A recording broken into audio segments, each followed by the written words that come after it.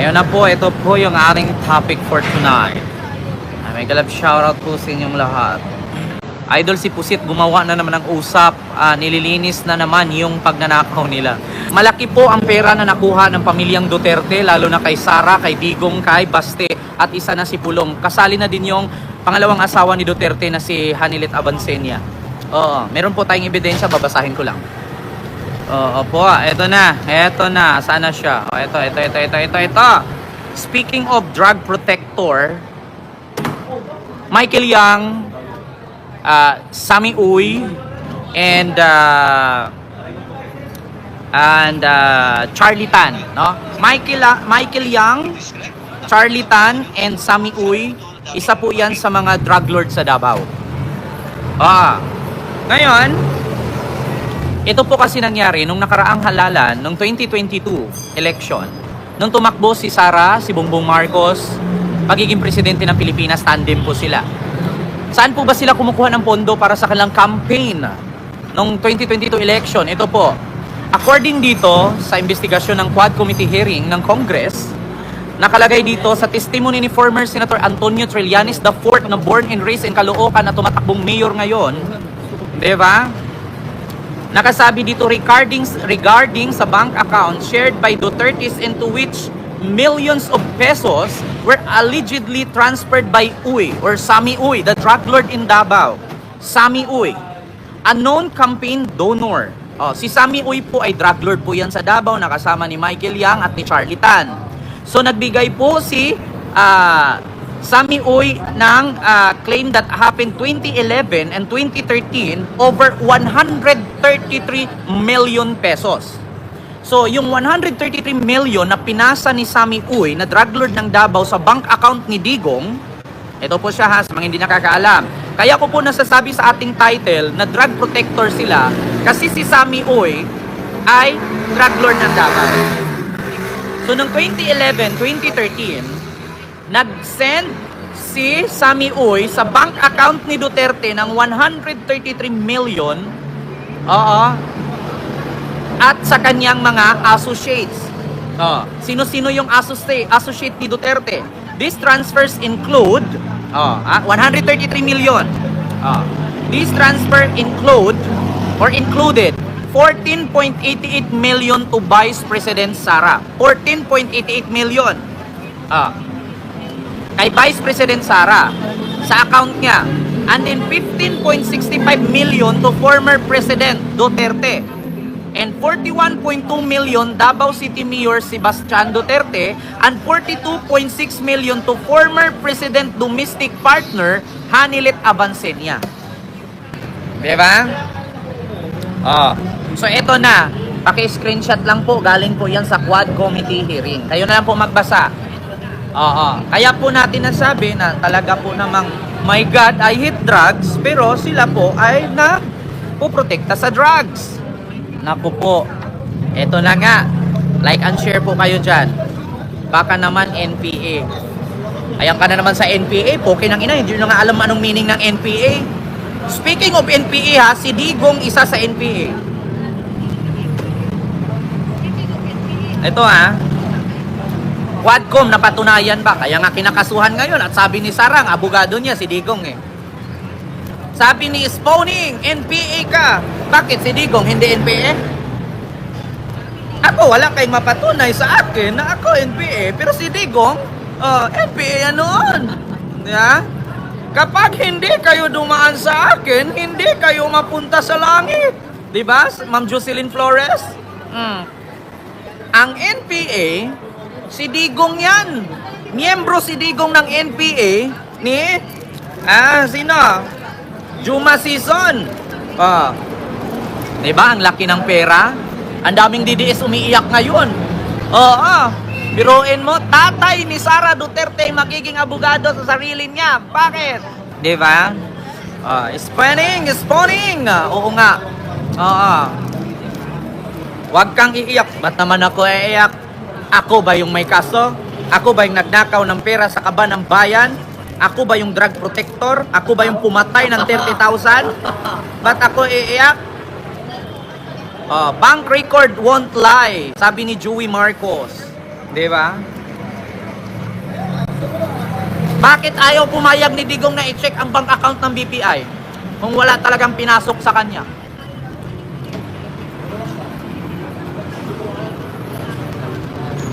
Sige nga, bakit halos hampasin ni Digong si Trillanes ng microphone?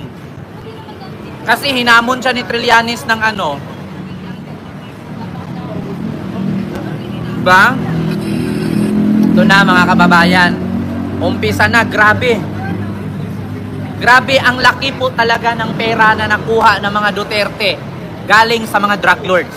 Kaya ngayon ninyo sabihin na ang mga Duterte hindi drug protector. Biruin nyo, napakalaki. Gusto nyo, basahin ko ulit. 133 million pinasa ni Sammy Uy na drug lord sa Davao noong 2011 and 2013. Kalagitnaan ng 2011 to 2013. Pinasa ni Sammy Uy na drug lord ng Davao. 133 million sa account ni Duterte at sa kanyang mga kasama. The transfer included 14.88 million to Vice President Sara Duterte. The transfer included 14.88 million kay Sara, 15.65 million to Duterte, and 41.2 million sa Davao City Mayor Basti Duterte, and 42.6 million sa kanyang asawang si Hanilet Abansenia. Diba? Oh, gusto nyong makita? Oh, eto. Sabi dito, ang mga drug lord na kasabwat ni Duterte ay sina Michael Yang, Charlie Tan, Sammy Uy, Pulong. Ayon kay SPO3 Arturo Las Cañas. SPO3 Arturo Las Cañas. Alam nyo, sa totoo lang, kapag DDS ka, bobo ka talaga. Bobo lang daw ang naniwala sa'yo. Mas bobo ang naniniwala kay Digong. Simple. Diba? At totoo lang mga DDS, magpakamatay na kayo. Kung may mga anak kayong babaeng minor de edad, ipalaigit nyo na. Pag nabuntis yan, dadami pa kayo. Bobo. Diba? Nabudol pa kayo sa, my God, I hate drugs. Huwag mong subukan. Masira ang buhay mo. O, huwag mong subukan kay malaki ang pera mo. Maglulo ka na lang, Digong. Labasan ka pa. Yabang mo daw, sabi ni Darrell Thomas. Mayabang talaga ako. May magawa ka ba? Diba? Kung magyabang ako. Oh. Kaya nga ngayon yung joint account ni Digong at ni Sara, imbestigahan na din eh. Yeah? Oh. Sino nakapanood kay Mike Abby kagabi? Oh. Ipipress na nga eh. Nagdrama na nga si Sara Duterte eh. Ganyan kasi ang gagawin nila sa akin eh. Pupunta yung clearing team, i-clear daw yung bahay ko. Tapos taniman ng droga, taniman ng baril, taniman ng granada. Tapos susunod yung search team. Doon na kakalkalin. Tapos makukuha yung droga. Tapos ako, dihadong-dihado, naiipit na. Para may rason sila na ipakulong ako, i-freeze ang pera ko, i-amlak ang ari-arian ko, at hindi ako makalipad sa ibang bansa. Di ba gawain ni Digong yan? Ano bang ginawa ni Digong sa pamilyang Paruhinog? Ano bang ginawa ni Digong sa pamilyang Paruhinog? Di ba ganyan din? Pinipress ang ari-arian. Hinuli ang Paruhinog na babaeng anak. Tapos si Paruhinog na mayor, pinatay, sinabugan ng granada. Di ba? Alam nyo na. Sabi ni Boy Cruz, sagot sir ng tanong ko kung nabayaran daw ba ni Marcos ang utang ng Pilipinas. 98% na po bayad ang Pilipinas. Hautang ni Digong na 14 trillion. O ano ngayon?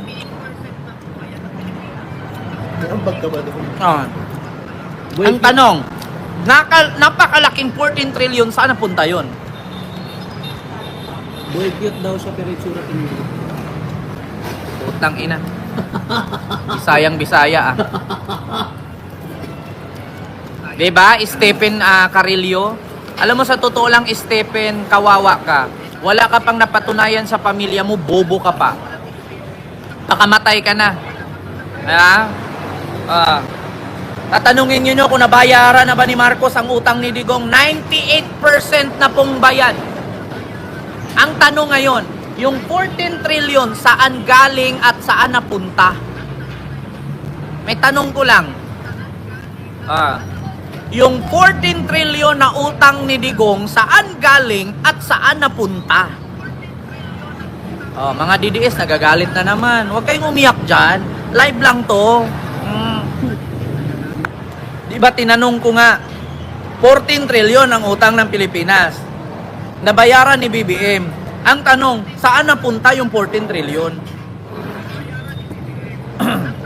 At ng vlogger, bayaran yan. Vlogger ni Sara, sa tingin nyo magyayaw-yaw yan kung walang bayad?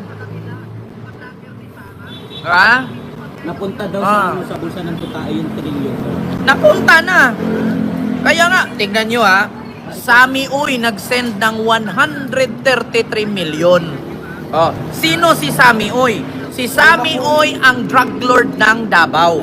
Nakasama ni Michael Yang, ni Charlie Tan, at ni Pulong. Ngayon, ang tanong ko sa inyo, yung confidential fund ni Sara, saan pala napunta? May tanong ko lang. Sasabihin na naman nila yan ngayon. Confidential nga kaya hindi pwedeng malaman. Aba, pera ng taong bayan yon. Tax ng taong bayan yon. Kailangan i-liquidate yon. Kailangan malaman ng tao yon. Di ba? Tignan nyo si Yorme Isko Moreno. Kada may project, kada may pera, naka-live. Pinaalam sa taong bayan kung para saan gamitin. Ngayong araw na to, mag-distribute tayo ng 7,000 food packs. Di alam ng tao.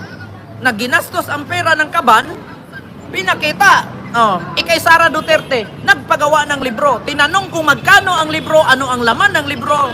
Ang sagot, kaya po nila ako tinanong kasi nandoon yung pangalan ko. Natural lang naman nandoon yung pangalan mo kay project mo yan. Di ba?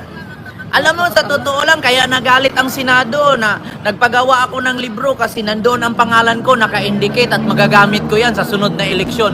Kahit punuin ni Sara Duterte ng pangalan niya yung libro, kung hindi siya iboto ng tao, walang saysay. Kung ako nga tanungin, yung libro ba ni Sara, pag nabasa ko, lalaki titi ko? Yung libro ba ni Sara, pag nabasa ko, dadami pera ko? Ba, wala?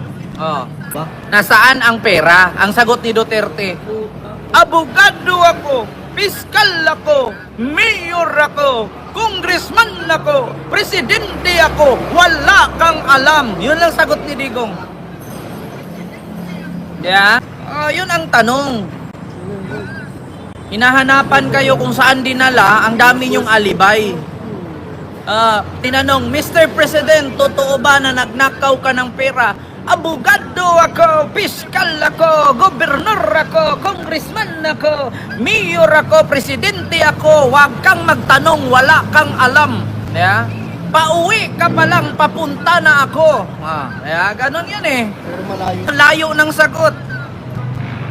Alam mo, sa totoo lang, pag may nag-question kay Digong, yan ang isagot niya lagi. Dumaan ako pagka-presidente, hindi ka pa naging presidente, kaya wala kang alam. Ganon lang naman Laging ipinagyabang ni Digong yan. Presidente ako, presidente ka nga, protector ka naman ng droga. Paluin ko martilyo, ulo mo, makita mo. Alam mo, sa totoo lang, ang daming DDS, kaya tayo naghirap Sabi ni Lakbay lang, bastos. Mas bastos si Digong, minura ang Panginoon. Ako, nagmura ba ako Panginoon? Hindi! Nagmura lang ako ng DDS na bobo. Kasi pag hindi kayo murahin, hindi kayo magigising Ba't hindi to natukhang? Alam mo, sa totoo lang, Kevin Fernandez, dapat ikaw yung tinukhang Di ba? Kung hindi ka ba naman baliw at adik, pinagmumura ko ng lahi ninyo mga DDS, nanood pa rin kayo. Anyari sa PhilHealth. Speaking of PhilHealth ano daw nangyari sa PhilHealth? Bakit walang pondo? Gusto ko i-explain yung PhilHealth Ganito kasi, ang PhilHealth, ako, automatic yan. Handa akong sumagot pagdating sa ganyan. Ganito kasi, ang PhilHealth kasi, noong nakaraang administrasyon, merong 14 4,000 na patay na pero naka-registered pa rin. Kaya kung ikaw presidente ngayon ng Pilipinas, bakit mo bigyan ng pondo ang PhilHealth kung merong 4,000 na nire-registered sa panahon pa ni Digong? Pero yung 4,000 na naka-registered, puro patay. Kaya, puro patay naka-registered sa PhilHealth. 4,000 kapangalan pero patay na. Ba't hindi binura sa PhilHealth? Administrasyon pa ni Digong yan. Baka magulat kayo. Di ba? Pero gusto nyo makita, gusto nyo malaman. Cherry Ann, ikaw ang tanong ko, ba't buhay ka pa? Tangina mo, dapat inapakan ka ng nanay mo nung maliit ka pa. Di ba? Meron kasi tao sa likod. Ito pakita ko sa inyo Sige. Ito, PhilHealth. Wala akong manos. 4,000 PhilHealth members nasa database pa rin kahit patay na ayon sa COA. Di ba nagtatanong kayo, sinagot ko lang. Di ba? Siyempre, kada tanong ninyo may pambato tayo. Siyempre, matalino tayo. Advance tayo pagdating sa ganyan. Hindi kasi tayo vlogger dito na bobo. PhilHealth, zero budget ngayon. Kaya nga zero budget eh. Kasi nga dahil dito eh. Kung ikaw presidente ng Pilipinas, babadgetan mo pa? 4,000 kapatay na, nilista mo pa rin sa PhilHealth? Tapos bibigyan mo budget? Diba? Bomb Rams, pinakita mo pa anong magawa mo dyan. Marisolba mo ba yan? Marisolba ko to pag pinatay ka, pag pinatay ka ni Digong, para makulangan kayo mga bobo. Diba? Kaya zero budget ang PhilHealth ngayon. 4,000 ka PhilHealth member, kahit patay na, nasa listahan pa rin. Galing yan sa administrasyon pa ni Digong. Paki-screenshot na lang nang magising kayo, DDS. Yeah? Paano pag nagkasakit ako, sir? Ma'am, hindi lang naman po PhilHealth ang kailangan mo. Malamang meron ka namang SS at Pag-ibig dyan. Bakit, ma'am, sa tanang buhay mo, umaasa ka lang sa PhilHealth? Asaan ba yung mga buwakang inang anak mo, ma'am? Asaan ba yung mga anak mong pinapaaral mo, ma'am, pinapag-graduate mo? Maliban na lang kung wala kang anak, ma'am. Di ba? Sa mga matanda ngayon na nagtatanong, paano na lang, sir, pag nagkasakit ako? Ma'am, PhilHealth lang ba ang inaasahan mo? Wala ka bang anak? Wala ka bang anak na inaruga mula 1-year-old hanggang ngayon? Di ba? Hindi naman po, ma'am, porkit walang PhilHealth, ma'am, hindi ka na pwedeng magkasakit. Meron kang SS, meron kang Pag-ibig. At ma'am, tanungin kita, alam ko, miyembro ka pa ng card. Diba? Miyembro ka pa ng card. Meron ka pang 5-6. Ma'am, pang bisyo ng anak mo, ma'am, nakakapangbisyo sila, ma'am. Pero pag panggamot mo, pag nagkasakit, sisihin mo, PhilHealth. Paano po Yung pera ko dyan, makuha ko pa ba? Makukuha mo naman, may PhilHealth ka eh. Bakit? Binura ka na ba? Makukuha mo pa rin. Nakalista ka eh. Ang tanong dyan, kung nakalista ka ba? Di ba? Hindi porket walang budget ang PhilHealth at iasa nyo sa PhilHealth. May mga anak po kayo. Anong silbi ng mga anak yung buwakang inang yan? Pinapaaral nyo, pinapalaki nyo, inaruga nyo mula 1-year-old. Tapos pag nagkasakit kayo, sa PhilHealth nyo isisi? Bakit, ma'am? Nung inom ka ng soft drinks, nagka-UTI ka, ma'am. PhilHealth bang may kasalanan? Kain ka ng matamis, ma'am, nagka-diabetes ka, PhilHealth ba may kasalanan? Di ba? Tapos, minsan may pamilya, anak ng anak, buntis ng buntis. Pag wala nang mapakain sa anak, sinisisi sa presidente. Bakit nung nagkakantutan kayo ng asawa mo, ma'am? Andyan ba si BBM, nagre-repair? Di ba? Alam mo, sa totoo lang na mga makasimpleng bagay lang yan. Kasi ang mga Pilipino kasi, mga wrong mindset. Alam niyo kung bakit ko nasabing wrong mindset? Naniniwala kayo sa swerte. Taya ka ng loto para maging milyonaryo. Buwa ka ng ina, namatay ka na lang, hindi ka pa rin nanalo. Di ba? Di ba? Ibahin nyo kasi yung mindset ninyo. Ibahin nyo yung mindset ninyo. Huwag kayong umasa sa mga ganyan. Pag magkasakit, paano pag walang PhilHealth? Maraming paraan, hindi lang PhilHealth. Ako nga, walang PhilHealth. Pag nagkasakit ako, pwede naman ako pumuntang butika, bumili ng gamot. Bakit man, pag nagkasakit ka, gagamitin mo yung PhilHealth, makakapoydro ka ng pera, pambili ng gamot sa PhilHealth galing. Oh, may burial ka pa, nandyan pa ang St. Peter. Oh, ang St. Peter, pag namatay ka, libre libingan mo, libre kabaong mo. Oh. Yeah. Huwag niyong iasa sa PhilHealth. Tanginang mindset na yan. Kabubuhan yan. Huwag kayong magalit sa akin, ma'am, pero totoo yan. Kahit sinong mga tao, tanungin mo, pag nagkasakit, wala ng pondo ang PhilHealth, di ka na pwede magkasakit. Ma'am, mayroon ka pang SS, mayroon ka pang Pag-ibig. Diba? Bakit nga po kinuha ang pondo ng ating Pangulo? Celio Dalin, hindi po kinuha ng Pangulo ang pondo, hindi pinunduhan. Magkaiba po yung kinuha ang pondo. Ito Celio Dalin, explain ko lang sa iyo. Hindi ka ba DDS or DDS ka? Ganito. Yung PhilHealth kasi, every year, kailangan ng pondo yan.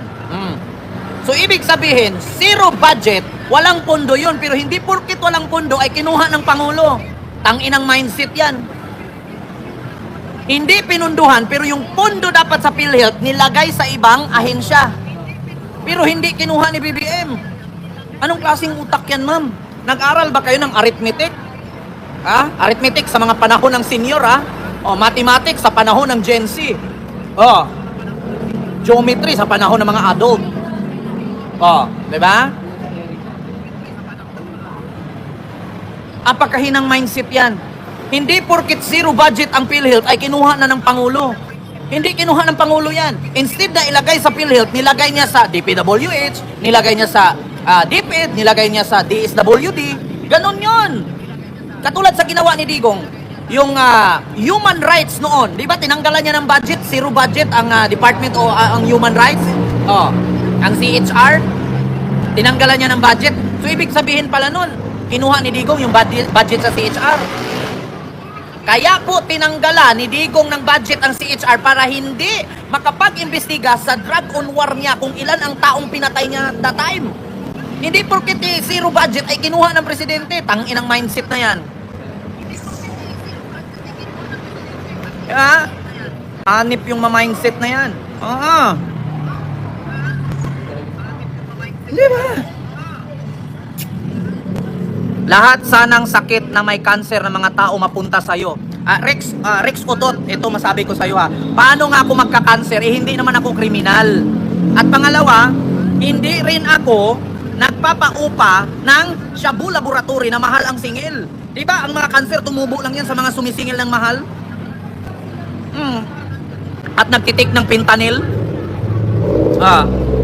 Saan yan? Sa EDSA? Sabi ni Ballpoint Man. Ballpoint Man, Miguel, shout out. Sana daw yung lahat ng sakit na cancer mapunta sa akin. Ay, pasensya po. Si Digong lang po ang kinanser. Kaya nga nagpipentanyl Di ba?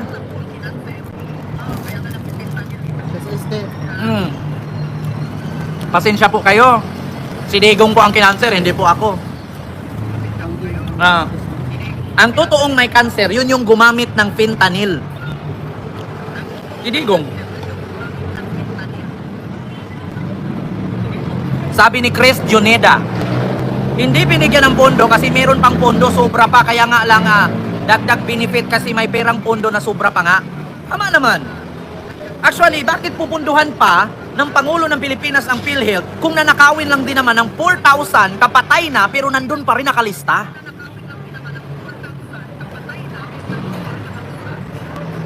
Di ba?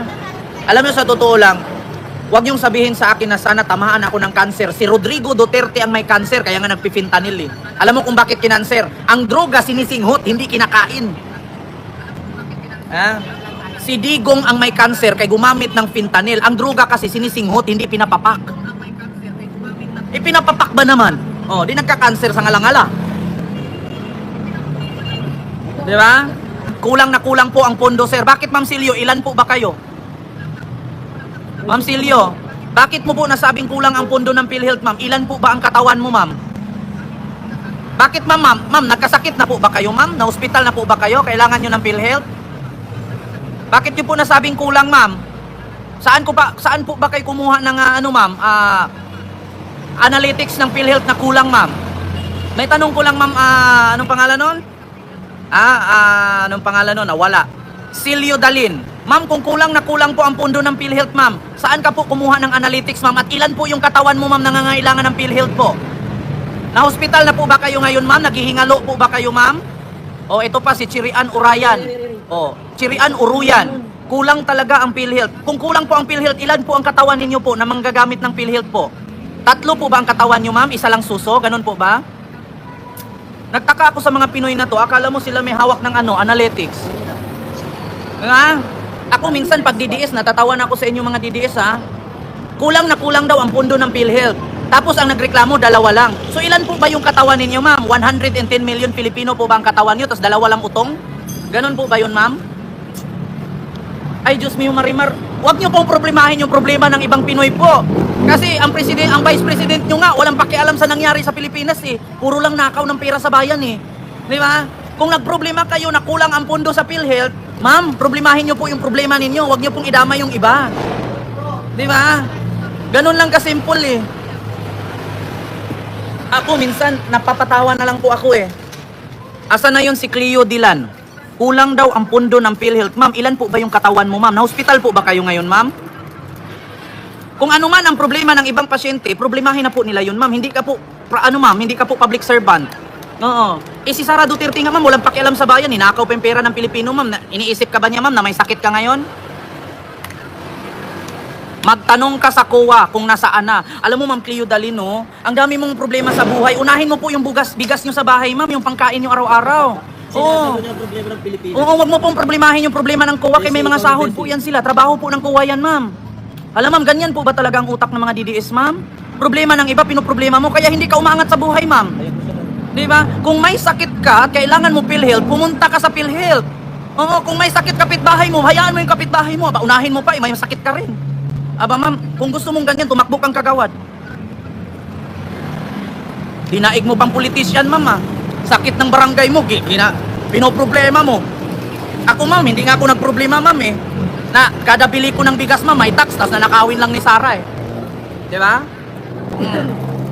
Tapos tatanungin mo ako ngayon, ano bang naambag mo sa bayan? Ma'am, ultimo candy na binibili ko, ma'am, may tax. Naiipon po yan. Eh kung araw-araw ako bumibili ng candy sa 365 days, magkano po tax nun? Tapos nanakawin lang ni Sara, ipanood ng concert. Di ba? At totoo lang, mga DDS, wag na po kayo makipagtalo sa akin. Hindi kayo mananalo sa akin. Pari nga, hindi manalo sa akin eh. Opinion lang po, sir. Ma'am Silio, wala naman pong problema po. Kung may opinion ka. Pero ang sa akin lang, problema mo po ang unahin mo. Huwag po problemahin ang problema ng iba. Kaya alam mo po kung bakit hindi tayo umuunlad sa Pilipinas? Kasi tayo mismo, sa sarili natin may problema, pakialamero tayo. O halimbawa, ako ngayon si Digong, may cancer. No. Wala akong paki sa cancer ko kasi ang inuuna ko, yung drug lord. Di ba? Pag drug lord na hindi nagbigay, patay. Pag drug lord na nagbibigay, buhay. Di ba? Kasimple. Kaya hindi umuunlad itong Pilipinas. Kasi yung problema ng iba, pinoproblema ninyo. Kung ang pondo ng PhilHealth ay mababa, hindi mo na po problema yun. Problema na ng Pangulo ng Pilipinas yun. Kung tanungin ko po kayo ngayon, kung kayo po ang presidente ng Pilipinas, noong nakaraang administrasyon, nasilip kasi ni BBM yung administrasyon ni Digong. Alam mo kung bakit? Ang PhilHealth hindi binigyan ng budget yan. Ganito po kasi. Pakita ko sa'yo, paki-screenshot, basahin ko na lang. 4,000 PhilHealth member nasa listahan pa rin kahit matagal ng patay. Ngayon, paano mo bigyan budget ang PhilHealth kung may 4,000 kapatay nakalista pa rin? So kung ikaw presidente, bakit mo pagluunan ng pansin yan at bigyan mo ng pondo na nakawin lang din naman ng administrasyon ni Digong noon? Di ba? Ganun lang. Tsaka ma'am, kung walang PhilHealth, huwag kang magproblema. May SS ka naman po siguro. At meron ka rin mga anak na pinapaaral mo. Anong kwenta naman? Anong silbi ng anak mong pinapaaral mo? Tapos pag nagkasakit ka, hindi ka tulungan, sakalin mo habang maliit pa. Di ba? Sabi ni Mildred, hilig kasing makisausaw ng mga DDS, wala namang alam. Wala talagang alam yung mga DDS, Diyos mio Marimar. Tingnan mo, sisigaw-sigaw sila. 32 million kaming bumuto kay Sara. Rally sa EDSA, hindi umabot 100. Di ba? Kaya ito mga DDS, huwag kayo magalit sa akin, totoo lang. Bakit nyo ina-idol si Duterte? Ano bang meron kay Duterte? Paki-comment. Sasabihin ninyo, build. Drug war. 30,000 katao na matay sa drug war. Drug war. May isa bang drug lord na matay?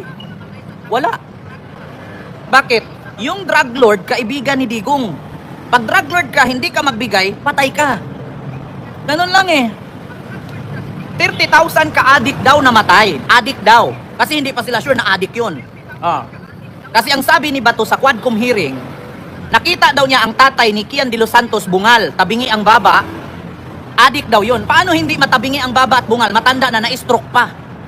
Pag stroke, tabingi talaga baba niyan. Pinatay. Nung pinatay, si Kian ang nakita, si Kian ang pinatay, hindi yung matanda. Tapos ngayon, sasabihin ninyo, addict na yon. Ganun ba ang basihan ng administrasyon ni Digong noon? Na kapag bungal, kapag may tattoo, kapag payat, addict?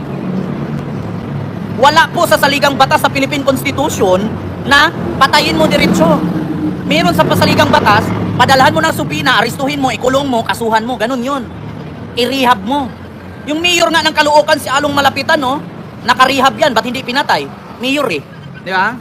Sa Caloocan, ang pinakamaraming namatay, na addict, di umano. Di ba? Ano ngayon? Pakisagot mga DDS, hindi nga kayo mananalo sa akin. Yun naman sabi ko, hindi kayo mananalo sa akin. Kasi bago ako magyaw-yaw dito, pinag-aralan ko yan. Kayo kasi mag-aral kayo minsan. Eto. Sabi ninyo, idol nyo si Digong dahil may bill. Ituro nyo sa akin ngayon, isang bill ni Digong saan? Magbigay kayo ng lugar na may bill na napatayo si Digong. Isa lang. Ngayon, sasabihin ninyo, SLEX, NLEX, PTEX, yeah? Skyway. Pag dumaan ka ba dyan sa mga kalsada na yan, walang toll gate? Meron, di ba? Kaninong pangalan nakalagay? Ramon Ang. So, nasaan yung bill ni Digong? Kung kadadaan nyo sa Skyway, NLEX, SLEX na bill, di umano ni Digong, Ramon Ang ang nakalagay na pangalan. So, nasaan yung bill?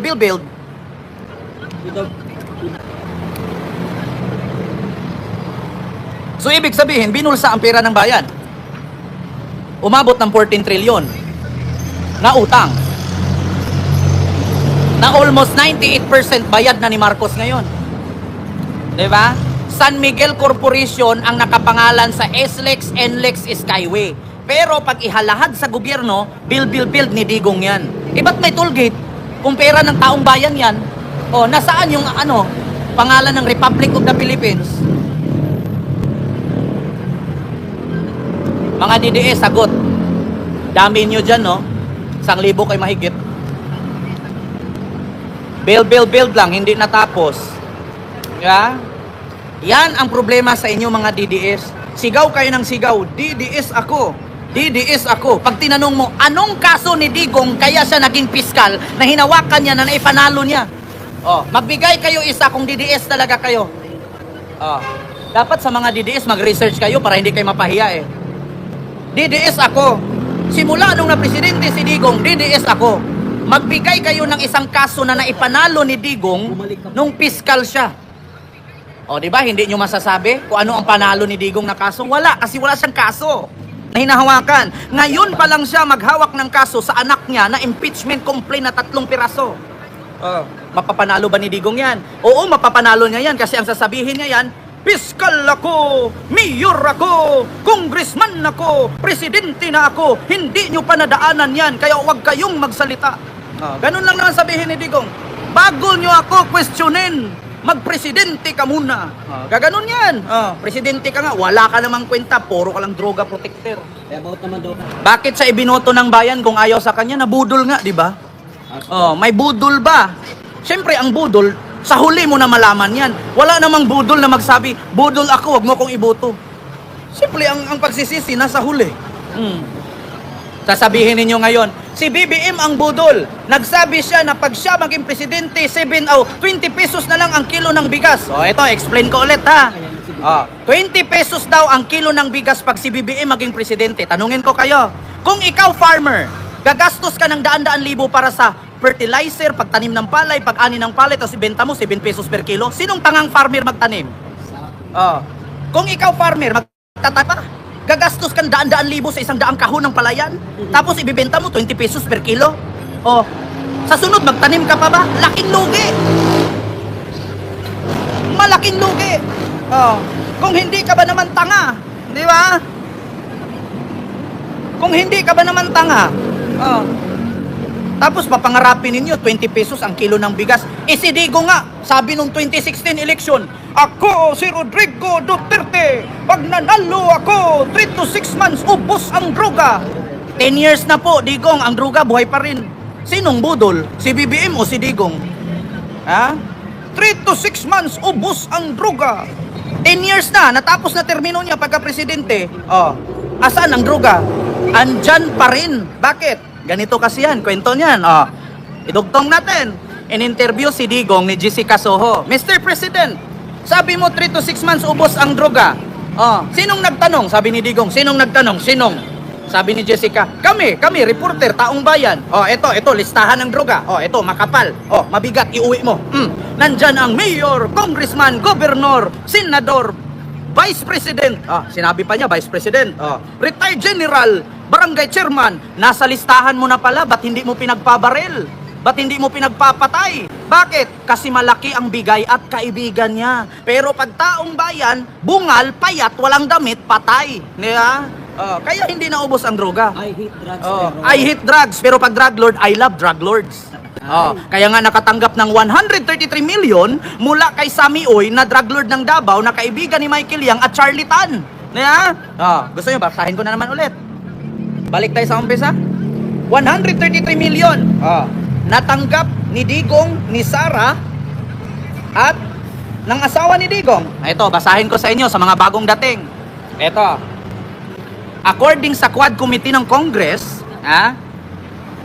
according sa regarding sa bank account ni Digong, pinasahan siya ni Sammy Uy na drug lord ng Davao na kaibigan ni Michael Yang at ni Charlie Tan na kaibigan ni Paulo Duterte na congressman na anak ni Digong. Nag-send siya ng 133 million sa bank account ni Digong.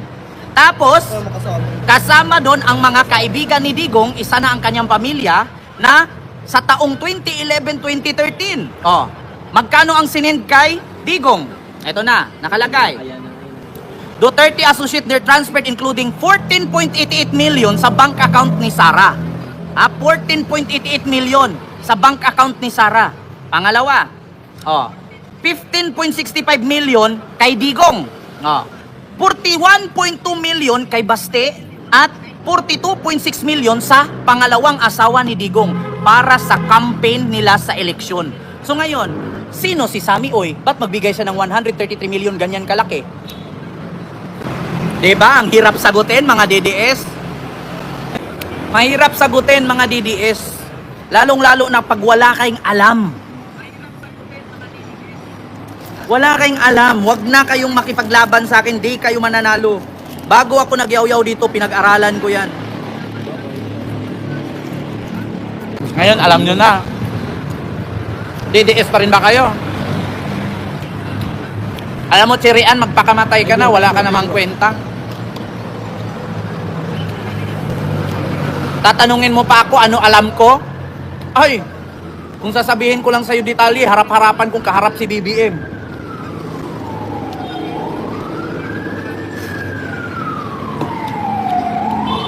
Kung pwede nga lang ilahad dito lahat ng papel na nakikita ko. Ayun si Sara din. Si Digong. Si Digong inatake ng kabag. Ayun. Nanigas yung panga. Nakakapapak ng shabu. Kung pwede lang, magdala ako ng papel ng listahan kung gaano kabarubal ang mga Duterte. Kung pwede lang. Ito, pag namatay ako, walang ibang papatay sa akin, Duterte lang. Ganun lang naman. Sino pa ba? May binira ba kung iba bukod kay Digong? Diba? Alam mo, pag didiis ka, maiingayan ka talaga sa akin. Kaya pag hindi mo gustong pakinggan ang sinasabi ko at hindi mo gustong malaman ang pangyayari sa buhay, aalis ka talaga at hindi ka makikinig. Tangina, ang daming didiis na bubo, magpakamatay na kayo, oy, uminom kay Sunrocks. Tangina nyo. Ay, Diyos ko. Pumasok yun sa loob. Pumasok sa loob kasi pag didiis ka talaga, masakit sa tainga. Masasaktan ka. Didiis kasi. Ganyan naman, pag didiis ka, hindi mo ako gustong makinig. Hindi makapag-focus. Hindi makapag-focus. Actually, pag didiis ka talaga, iiyak ka sa akin. Nards, kung nanood ka sa akin ngayon dyan sa Las Piñas, Yung ano dyan, oh, malapit sa hospital dyan sa Las Piñas, unahan ng Villar City. Di ba pagliko dyan, ano yan? Simbahan, tapos hospital. Oh. Yung traffic enforcer dyan, hinuli kami. Oh, sabi, sir, violation nyo, kahit naka-stop na, dumiretso ka pa, ganon. Sabi ko, may tipping pa po kasi kami, Batang Quiapo. Oh. Vlogger kayo, sir? Ay, oo, selfie na lang, sir, hindi na kita hulihin. Tinandaan ko, sing-sing niya, isa lang. Pakita mo picture. Pakita mo picture. Yung sing-sing niya, isa lang. Pagbalik namin ulit after next week, oh, sabi ko, hello, kuya. Sabi niya, tatlo na yung ginto. Napuno na yung daliri. Di ko lang sure, baka, alam nyo naman, tongko ba? Ang tawag ni Yorme Isko, tongko, kutong. Yeah? Shoutout sa'yo. Shout out sa'yo, kuya. Kung nanonood ka. Kung nanonood ka sa akin ngayon, Las Piñas Traffic Enforcer. Nagulat lang ako. Isang ginto lang nakita ko sa kamay mo, makapal, mga 50 mil halaga eh. Ngayon, tatlo na. Nakakapagtaka lang. Ikaw ba yung nakakutkot ng ginto ni Yamashita? Thank you. Mag-share ka naman. Balato naman dyan. Bakit niya po kasi bininta, sir? Pukin ng ina mo, Silyo. Oo. Kasama ba ako ng binenta? Ang bamalay ko ba kung anong ginto yung bininta ng presidente? Sino bang presidente yan? Kasi kung ginto lang ng Marcos ang hanapin mo, Ninakaw pa nga sila eh. sila pa ang ninakawan. Ang ginto ng Marcos, kung mabasa mo sa Batak, Ilocos, dun sa library, sa museum nila, sinabi ko sa'yo, kahit tambakan ka, hindi ka makatayo. Ang mga Marcos, ito ay sabi ko sa inyo ha, rich beyond compare. Yan masabi ko sa inyo. Ang Marcos pa ang ninakawan, hindi ang Marcos ang nagnakaw. Bakit? Nung presidente si Macoy, walang pera ang Pilipinas. Nung presidente si Macoy, walang diamante ang Pilipinas.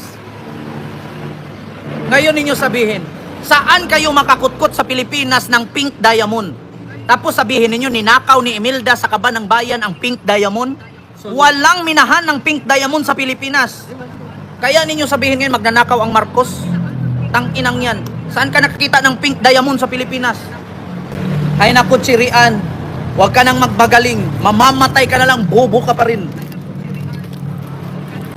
Ito na naman si Celio Dalin. Bakit naghihirap tayo ngayon, sir? Ikaw lang naghirap, naka-Starbucks ako, tang-ina mo. Gabi-gabi ako naka-Starbucks, sabihin mo ako naghirap. Yung naghirap, ma'am, yun yung tamad. Wala kang pera, manghingi ka kay Sara Duterte. Yung jowa nga niya, napatayuan ng gasoline station. Nagdamay pa sa kahirapan niya. Parang tanga to si Celio Dilan, na bakit daw naghirap ang Pilipinas ngayon. Ma'am Celio Dilan, naghirap ka ba pero may pang wifi ka? May pang load ka ba nood sa live ko? Naghirap ba yung ganon? Ma'am, kung practical ka na tao, unahin mo bigas bago load. Okay lang sana kung wala kang kain, nagpapaload ka lang. Si Marcolita, content mo din bro. Walang kwenta si Marcolita. Yun lang masasabi ko. Buboto nyo ba yan?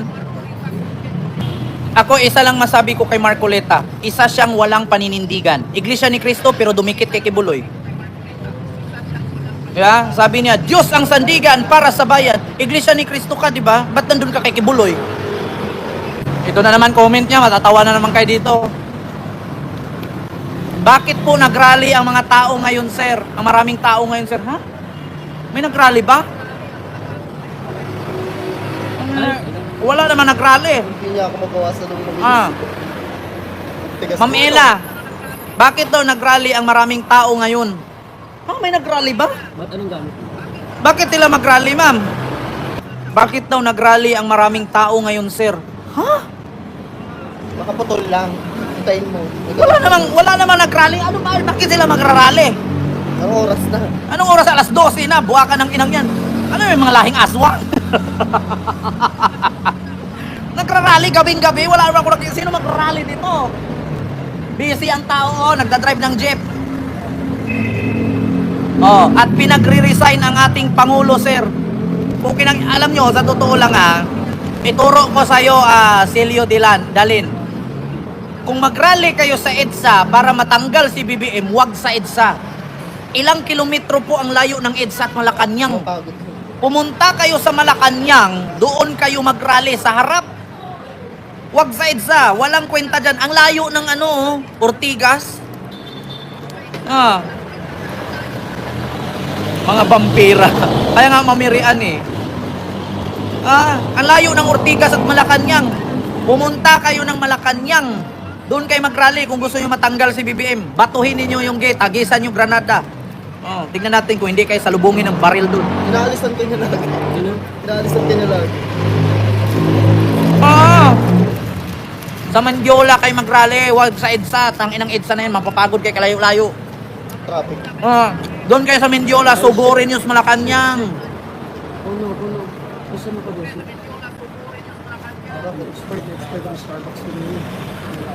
Ako mga DDS, tuturuan ko kayo ng tama para matanggal si BBM kung gusto nyo talaga matanggal. Doon kayo sa Mindiola, diretsuhin nyo sa Malacanang. Diba? Sa Mindiola kayo mag-rally, tapos diretsuhin nyo sa Malacanang, wag sa EDSA, ang layo. Init. Pag nagbaha doon, malunod kayo lahat, malalim ang EDSA. Masagasaan pa kayo doon. Sa Mindiola kayo. Hoy Silio, ikaw lang nang nagpaparesign, kami hindi.